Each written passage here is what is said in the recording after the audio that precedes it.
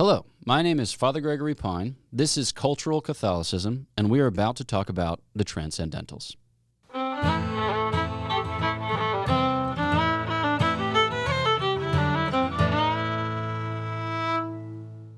All right, what are the Transcendentals?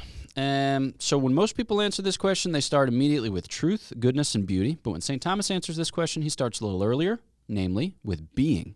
Actually, he's got separate lists of the Transcendentals. One of them goes being, unity, and then truth and goodness. The other of which goes being, unity, res aliquid, truth and goodness. We're going to skip over res aliquid, but just know that they're there. They're on offer. Moving on. Okay, so being is just what is. All right, so we're trying to pick out the isness of reality.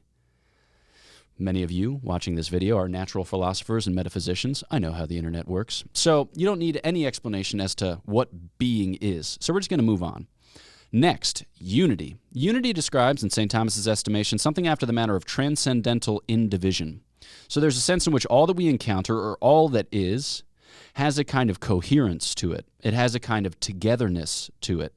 So reality doesn't just present us with various formulations of heap of junk. Rather, there's a sense in which it appeals to us as substances, accidents. We can even conceive of and inquire after privations and negations to a certain extent. All right? But there's a way in which we can approach coherently, togetherly, and gain access to the reality at stake. It's from there then when we move on to truth. Truth picks out orientation to or openness to the inquiry of an intellect, which is to say, in our own experience, by virtue of the fact that we have an intellect, we're able to inquire into the interiority of things, the very intelligibility of things.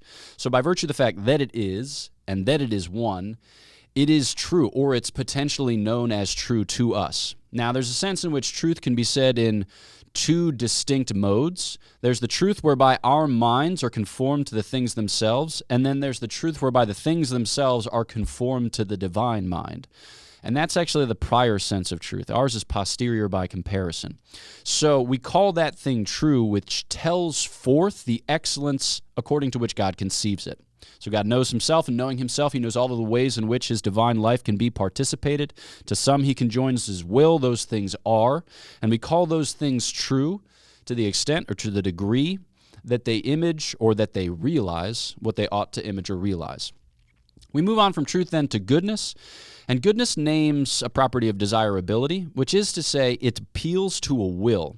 Okay, so intellect is that spiritual power whereby we gain insight into the natures of things, and then the will is just that spiritual power whereby we desire or we appetize the things which we have conceived of. So you got the thing out there.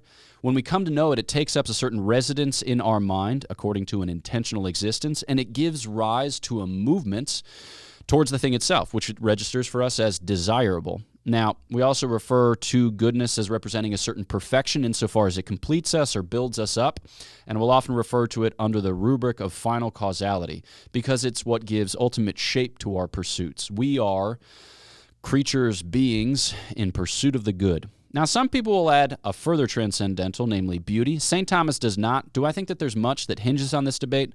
No, I don't. I realize that's somewhat deflationary, but here I am. I can do no other, or no otherwise, or whatever the good formulation of that statement is.